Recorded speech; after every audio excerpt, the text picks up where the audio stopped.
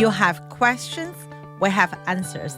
This is Jane Muller. And this is Ken Muller. Welcome to our show, all about real estate with Ken and Jane. Today, we're going to highlight some of the recent changes and updates to the tax law and as they affect real estate. Returning as our guest, we have Ajay Kumar, CPA with CPA Services. Ajay, big welcome back to our show, and thank you for returning again on this Sunday morning. Absolutely. Thank you for having me here. Yeah. So briefly, once again, for the listeners that missed last week's show, please give your firm information and just briefly what your firm services provide. Absolutely. So Ajay Kumar, CPA. The company name is CPA Services. Our headquarter is in East Brunswick. You can call us at 908-888-8900 or 908-380-6876. Right from business startup, we help with bookkeeping, payroll, sales tax, income tax, wealth planning, business valuation, due diligence, IRS audit, labor audit. So the idea is to have one-stop shop for all small businesses from accounting perspective, from tax perspective. Mm-hmm. And you do wealth planning and investment as well? Investment advisory as well. Great. Absolutely. Very good. So this show, we're going to, again, let's focus on some of the recently law changes affecting real estate and taxes in general. First, let's talk about the New Jersey property transfer tax, better known as the mansion tax, and what changed in July of 2025, how that shifted the burden from the buyers of real estate now to the sellers, and about the graduated scale. So this change is going to bring more money to the state. Of course. So this change is a substantial change that came after the OBBA, after the one big beautiful bill was passed on July 4th. Yeah. So after that, the state went out of their way. Next week, July 10th, now we have a change. So not only the state can claim more money, it used to be 1% flat. Yeah. Now they have the brackets around it, so it could be as much as 3.5%. If the property value is over 3.5 million, right? It goes now the onus has shifted from buyer to seller, and the question we are asked is, why would the state go? They were collecting the money, right? 1% to 3.5%, we understand, but why would they shift the onus from buyer to seller? There must have been some lobbyists or some big initiative. The way they look at it earlier, the thought process was, if you're not paying at the time of transaction, who do we go behind? We want to go behind the buyer because they have the home. So the seller has already moved out of the state. Right. So we wanted to go behind the buyer because they are sitting in a home of $1 million plus in our state. Yep. So we'll chase them down to collect the money. Now what they're thinking is, when you're selling the property, who has the money? Right. Seller. Well, seller has the money. But who has the asset, the tangible asset is the buyer. No. That was the earlier theory. Right, that was the earlier thing. That was the earlier theory that if the need be, if we are not collecting the money, if people are not paying us at the time of transaction. But now they have no choice, sorry to interrupt, but because you do a settlement statement and exactly. it's on, so if that money isn't collected, then the title company or the settlement agent won't proceed. Because we have perfected the system. We have perfected the system now. So they now it's easier for us to collect the money from the person who has the money on the phone. Yes. Yeah. Straight away. Oh, right. Rather than, but in the settlement statement, they could deduct it from the seller selling something for a few million, a million plus. They should have enough money to cover 1%. Absolutely. Or 3 up to 3.5%. So if you are the seller in New Jersey, having a property of more than $1 million, you have to factor that in. That depending on the property, you may end up paying 1% to 3.5% on the transaction to the state. So if you can adjust the home price accordingly, or negotiate. One clear clarification point on this is it's not a graduated. It is a graduated scale based on income. But let's say you sell a house for $4 million. You don't, for the first million, you don't pay 1%, and then for the next, is it graduated? But is it graduated like the tax brackets are graduated? Like no, you don't pay 30. It's not a progressive tax. That's not a progressive. That's different because when the income tax is progressive, if you're in the 37% bracket, whatever the starting point is, you only pay on that portion that's over. 100%. But in this case, it's if you sell a $4 million house, you're paying 3.5% of that Absolutely. full $4 million. Ken, That's if the- you can afford $4 million house, you're paying. I know, but I'm just but that's a lot of people may not. It's a very good clarification. It's not a graduated. Yes, absolutely. So So once in you fall in, you fall into whatever that is. That's Yeah, right. that is. You're 100% right. In the income tax rate, if your income is 100,000, not all 100,000 is taxed at that rate. A lot of people Yes. don't. Yeah. Right. So first 50,000 has no tax. Then you have 10%. Then you have 12%. Then you have 20%. So it's a weighted average tax. It's an Yeah, effective that's- tax that you pay. We call it progressive tax. Progressive, In this okay. case, it's spot tax. Whatever spot you fall in, that's the tax you pay. If you're selling a property for $4 million, you pay 3.5%. That's the maximum. Right. If the property value is over 3.5 million, the maximum tax rate is 3.5%. It used to be there were ways that people would try to avoid selling for regardless, $1 million you know. because it would be $9.99. But No. So what's legal? What's legally allowed is, let's say if you have a property with multiple units in there. Yeah. If you have or multiple LLCs in there. Yeah. You can instead of selling it together as one property, you can still sell this house is for 1 million, this house is for 300, this house is, so you can show it as 3 separate transactions if possible, and then try to separate it out unless it's a single structure. Unless, or it depends on the block and lots. I guess. Exactly. It depends, but Absolutely. yeah, but if it's it's a within the single legal. block, We're single not trying to do lot. anything that's you know, not, but- I mean, Ken, right? It's legal. I know it's legal. But sometimes, right, if you try too hard and then you just need IRS come to audit you, you have to not worth show. it. It's not worth it. not It's not worth worth it. it. You know, Yeah. a lot of time, like you and I, right, we just pay. We don't know that's worth why we it. never claim a home office, even though we work. We work every day in a 90% of the home time. We office. have another, but yeah, and Well, yeah, it's it's not worth it. A lot of it. time, you know, just pay. Thank God we have to make the money and then we pay. You know, a long time ago, right? You talk about this. You have to pay 3 point something on a $4 million house, right? When I was younger, I worked in a bank. I was an assistant manager, so I was very upset. I have to pay a lot of tax on the my tax already high, 50%. I have to pay tax on my interest, right?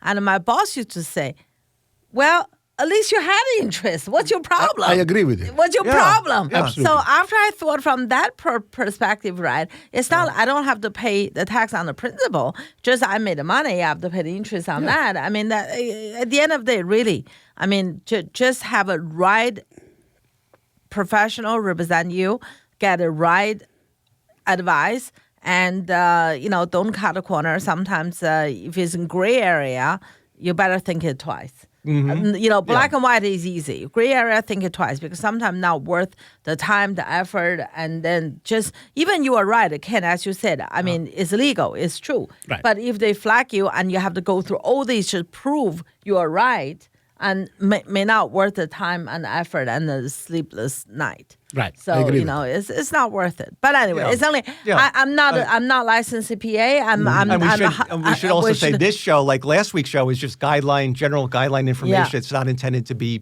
personal Advice. accounting No, advice, or it's just not to give you advice. some ideas of what the Yeah, laws are. absolutely can. And just a to general- add to that- if you guys want that personal service, then you have AJ's contact. Please reach Absolutely. out to him by his phone number. Yeah. So just to add to that, if somebody is calling us, asking us a tax question, You can't do it on we the- generally, not that we don't want to, You we just can't. cannot. Cannot, You yeah. cannot. Just because there are so many what if scenario. Are you doing single? Are you married filing? Are you out of state? Are you in state? State. How much is the income? What's Income. the income tax bracket you fall in? Is it active income? Is it passive income? Is it regular income? Is it capital gain? There are so many situations around it. Unless Right. you invest time to understand it, you can't give the right advice. Yeah. Right. Yeah, I think I remember. I can't remember. It was like 2-3 years ago. I represent a seller. They had some issues, right? A tax, whatever. I just give your phone number. I said, call AJ. Yeah. They're calling us. We're like, I said, I don't dude. know. Call AJ in his office. If not answering, he's Yeah. come get. I say he's in the meeting. Go knock And it on the gets door. Go complicated in the with office. foreign assets. That's something Yeah. we're not going to touch upon. But if you have investments in like India or other countries, that's where absolutely. your Then you expertise have comes in because you're knowledgeable in Absolutely. other countries. We can and how do the they- FBAR filing, foreign bank account reporting, Wow. foreign asset reporting. So it gets scary. You have to really see the situation in detail before you can give the right advice. So this Absolutely. show is just to give the general information so you know what question to ask. Yes, Yeah, that's the that's best right. way to put it. Absolutely. And with this mansion tax, it also was expanded now. It includes Class 4A commercial properties, which would be like strip malls, shopping plazas, Starbucks. restaurants, but it's excluded from that are industrial properties. So if you sell That's an right. industrial property, a warehouse or something It's for not $20 included million, yet. it's not included in It's a this. matter Not of yet. time. Not yet. Yeah, Not yet. I don't know why they did. I guess there were some lobbyists. They I think didn't. it's a matter of time. yeah. I mean, if you class this Section 4A properties were not included earlier. We yeah. had 1% tax earlier. Now we have up to 3.5%. Yeah, but they really hit that. They hit the one specific area of commercial with this, but Right. not the other commercial right, areas like offices. I guess, or offices are included. Commercial's not, industrial's not, and apartments are not too. Right. Yeah, clear I class think it's a 4C. matter of time. Right. They're going to eventually look for more and more money. More in money, ways to and get then it. they will find a way to get it. But let's not confuse this. Let's step back to see the forest for the trees. We're talking about the mansion tax. There's another thing called the realty transfer fee. That's totally That's separate. different. Let's talk about that so right. people don't get confused. This is, So realty transfer fees is not new. Realty transfer fee was there earlier, and they haven't really made any changes to it. And a lot of people are confusing between the mansion tax and the realty transfer fees, but that's always there. Right. Yeah, always And that's there. based on the sale price, Sales and there's a price. stipulated formula, RTF fee, Right. that's paid by the seller side to the county. I think where the recording is. So for New Right. Jersey, that's a custom. It's but customary, in New yeah. York, it may not be. Yeah, in So New Jersey we're talking. Yeah. if anyone want to know the New Jersey transfer tax, is very simple.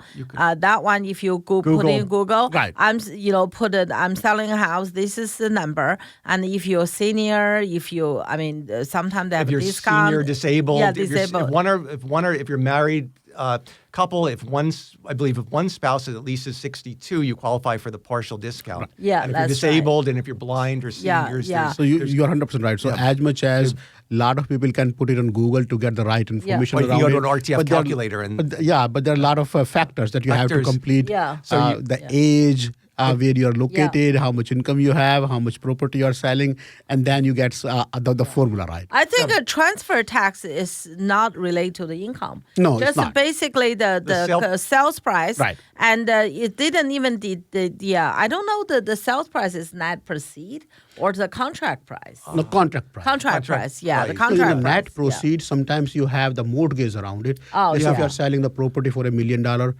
and you already have a mortgage on it, so the mortgage company is paid first before Yeah. you Right. are paid. Yeah, Right. yeah, So in that case, in some cases, net proceed could be much lesser yeah. than the sales price. And also Yeah. getting back to the mansion tax, I know we jumped back to that, but if you're selling a house for $4 million, but you have a $3 million mortgage that needs to be paid off at the state for the purposes of the mansion tax, you're going to be assessed 3.5% on the $4 Right. million. The At state $4 million. doesn't give The a contract crap price. about that of your net. They just care about the gross Contract It's not about the Contract net price. proceed. It's about the contract price. You're right. Yeah, transfer Yeah.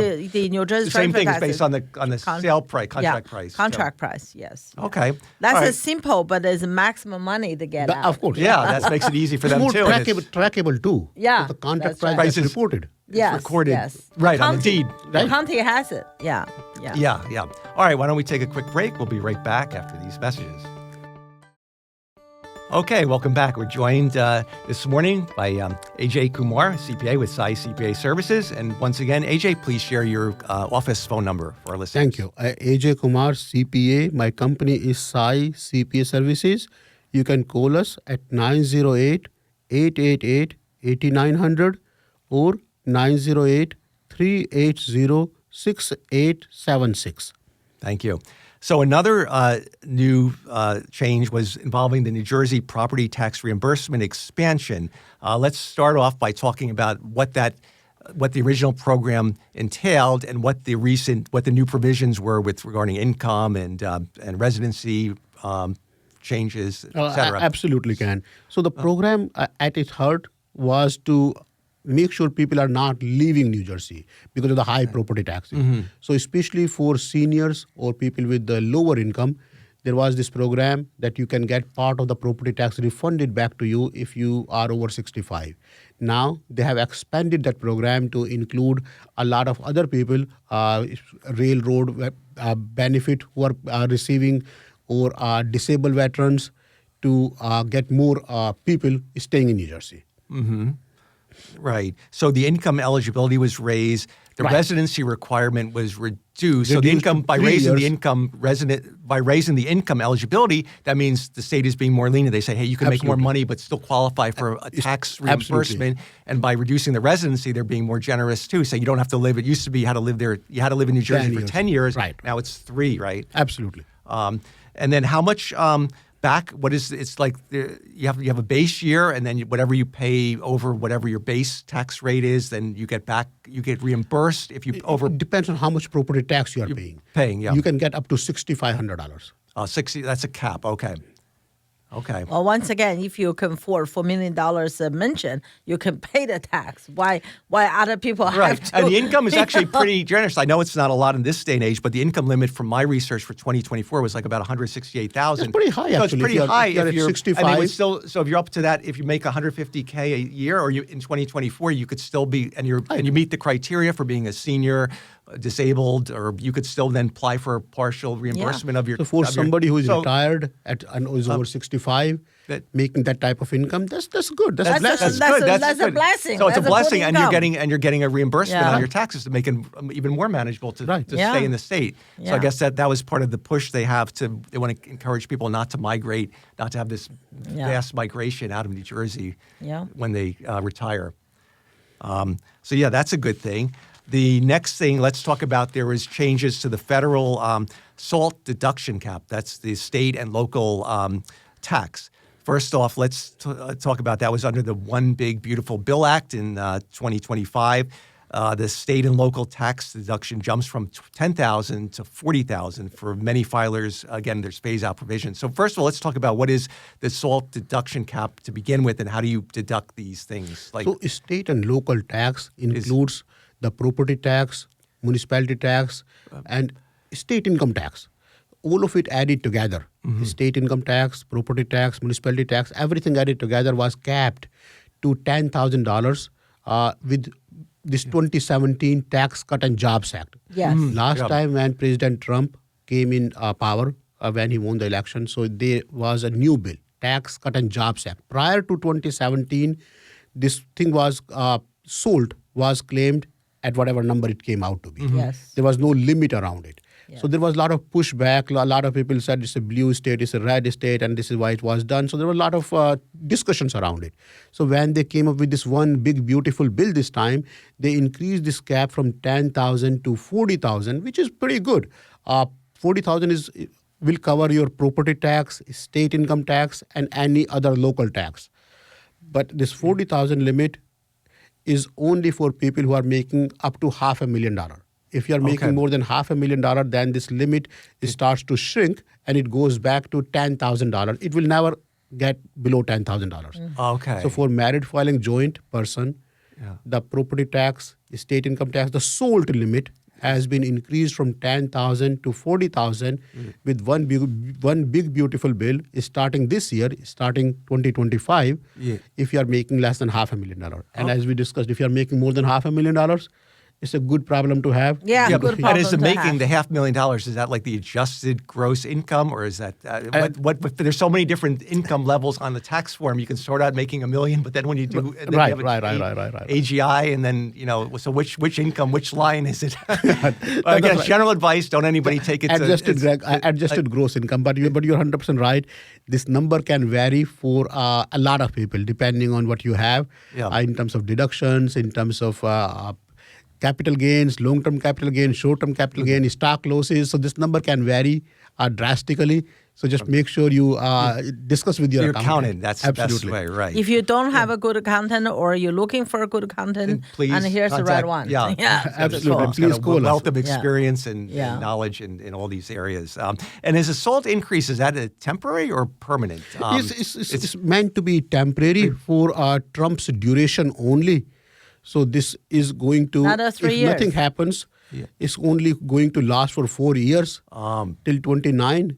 But a lot of these changes, when you give it to public, it's very hard to take it back. Yes. So Yeah. all the benefits that were given with the Tax Cut and Jobs Act, including QBI deduction, a lot of those benefits, they have been made permanent now with one big beautiful bill.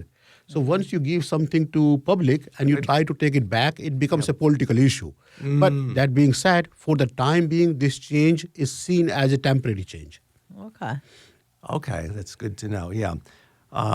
So let's move on to another topic that's quite interesting. It's the topic of cost segregation in accounting. Again, this is just some guidelines and general information, but what is this whole thing about like cost segregation and then taking the depreciation like year one? And I know it's very complicated. Absolutely. This is just like a general overview. No, 100%. So the idea behind the cost segregation is if you have an investment property, a commercial property, let's say if you're buying a Dollar General, you own the real estate and you're renting it out to this public company. And the rule says, the IRS says you have to depreciate the real estate value over 39 years. But you know, the loan is not going to last for 39 years. The outside sidings are not going to last for 39 years. The furniture that you have over there is not going to last for 39 years. So the cost segregation means dividing. Right. You take the total cost, let's say if you bought this real estate for $2 million, cost segregation study will divide this $2 million into various buckets to say the loan is going to last for 3 years only. And fixing the loan is going to cost $300,000. You have X amount of furniture in this $2 million, and the life of this furniture is only 7 years. You have sidings around it or electric fixture in there, which will last only for 15 years. So you divide the total cost of the commercial property into various buckets with different lifespan to it. So if the loan is only going to last 3 years, and you have 300,000 invested in there to make it look pretty, then you can depreciate it over 3 years, 100,000 every year. Instead of dividing this 300,000 over 39 years, you can now divide this 300,000 over 3 years because that's the life of this asset. Yeah. So by doing this cost segregation study, you end up claiming a large depreciation. Right, up front. Upfront, the Which beginning is of the good year. for your tax liability. It's more like a dollar. In total, it doesn't change. Yeah. But if you sell it though in the short term, then you're going to get hit with because you claimed you can't have your cake and eat it too. Then you're going to get hit with a huge depreciation that's going to people who are doing this, they will tend to couple this strategy either with 1031 exchange 1031, so or some other strategy. Meaning it's a thought through plan. It's not something that you want to do in isolation. You want professional help, somebody planning it out for you. So you do it when you have in mind that I'll be selling it in short term. If you're going to keep the property for 30 years, then it doesn't make sense. Yeah. If you're selling it in short term and you already have a plan to do a 1031 exchange, in that case, you want to claim as much depreciation as much possible immediately. Because you're not going to get taxed anyway. You are not going to pay taxes anyway. Yeah. So you get the maximum benefit, sell the property only to move on to the next property. That's why you need the professional tax CPA guidance, somebody like your firm, because there's so many. I had an example. So many facts. It's so fact specific, like we said time and time again. Every situation, there's no like one answer. I had an example. So somebody was saying that this property, it was located on a farmland. Say, the land value cannot be depreciated. Only the property can be depreciated. Land value cannot be amortized. I said, well, but this is a farmland. I mean, people are not thinking. The farm has a life to it. The fertility of the land needs to be refertilized every 7 years. Otherwise, it wouldn't produce the crop. So the fertility of the land can be amortized. The land itself. So you have 10 acres land, and it costs you, let's say, $100,000 to refertilize it after every 7 years. So now you can amortize the fertility of the land. But how many people know it? Yeah. People are assuming, the property can be amortized, the land cannot be amortized. Wow. Not even answering that's just, you have to know the right questions. So you have to ponder. ask the right question. You have to have the right information, right people involved in your equation. We had this study. Forbes did this study. The top 400 billionaires in this country pays less taxes than the average American. We had this study. We summarized it and we sent an email to all the clients. There are ways around it. We are not asking anybody to go in the gray area or to do anything illegal, but ask the right question. Ask the right questions. Even we spoke about it. We don't have time to cover the 1031 exchanges this show, but last year when we spoke about the 1031 exchanges, how you told us a loophole that the rich use. They swap till they drop. So Right. that way, because under the 1031 exchanges, if you keep swapping and exchanging, when you pass, the estate gets it at the current market value. Market value. So you never pay any taxes. Never pay any taxes. And then the next generation is getting this property at the market value. Yeah. So you never pay any taxes. Yeah. And couple this strategy with cost segregation now. So you get the maximum benefit to claim against other income that you have. So Right. not only you are not paying any tax on this property, you are not paying tax on any other property either. Right. And then Because the you're doing it- depreciation, the expense that you have over here can be used to offset the Because income. you're injecting this massive amount of depreciation as a line item on your allowable deductions. Right. It's reducing your net operating in net operating income almost down to nothing when you take Not for this property, but for other properties as well. Yeah. If you have multiple properties, so not only you're not paying any tax on this property, we use the cost segregation study, you can use this additional deduction to offset the income that you have from other properties. Yeah. Wow. Yeah. So Well, that's unfortunately, I don't have that problem yet. So yeah. too bad I don't have that problem yet. That's a great problem to have. Yep. Yeah. There is something else in real estate, the concept you want to touch upon about the stepped up basis at death all about with the estate Yes, planning. so this is exactly what we are talking about. So swap till you drop. Drop is so you one- keep doing 1031 exchange. So when you move into the next life and somebody passes away, so the next generation gets this property on a step-up basis at the market value. Let's say if you bought the property for $100,000, Right. and you claim the depreciation fully. So your cost basis may be zero in this property, and you kept swapping it. Right. Now you are sitting on a property worth millions of dollars, where your actual cost basis is nothing. Yeah. And once you pass away, this property is given to the next generation at the market value on the day of death. Right. If they sell this property on the same day, in the same time, they don't pay any taxes. That's the step-up basis at the time of death. Right. And that doesn't impact though they're acquiring the property, doesn't affect like their inheritance or estate taxes because the estate tax is different That's a concept. different If you concept, have yeah. more than 30 million husband wife together, it's increased to it's 30 million. increased now. to 30 million now, and it's going to be increasing every year with the CPI That's increase. pretty generous. So 30 million It used is to a be, lot of money. Didn't it only used to we be won't have that problem. 20 years ago, So didn't it used to be like we're 5 million and then 13 million? We don't have You're it. 100% right. It used to be in the state of New Jersey $765,000. Yeah, that used to be Yeah, quite low because yeah. think And about it, then- most people's estates. I mean, if you own a Your house, house worth your house more is than worth that. that. and then- Absolutely. A lot of estate attorney everywhere. You had estate attorneys. People needed the estate attorney. Now there are very few estate attorneys left. Yeah. What did New Jersey do now? What is there now? There is no limit. Oh, they They removed the limit state of New completely. Jersey eliminated the federal is 30 million. You can do just 706 filing. Let's say hypothetically, if one spouse happens to pass away, Yeah. you can file a form 706 and move the unused limit from that spouse to the surviving spouse. Let's say if one spouse only gave up $1 million, they still have 14 million left. You can move that 14 million leftover amount to the surviving spouse by doing a filing. Very easy. Yeah. So wow, these are and 30 so- million is 30 million. Even right now, I don't know many And if they people have who 30, have that type of. and if they have 30 million, they're probably Ken, smart enough work hard, to have a trust, and they have other ways to avoid the taxes Absolutely. You altogether. can have the irrevocable trust. You can push some money. Let's say if you have out of 30 million, if you have one asset that's growing in value fast, Yeah. move that asset first into some sort of irrevocable trust. So it gets out of your estate anyway. Wow. There are ways around You it. could spend a whole year on that. First of all, we have to make 30 million first. Yeah. Ken, hurry up. All right, I'll get working on it. Yeah. Let's get cranky on it. All right, we are out of time. We want to thank you again so much for Of course. returning this Sunday morning and talk about all these great topics. Lastly, please give your contact info once more for our listeners. Absolutely. Thank you. Ajay Kumar, CPA.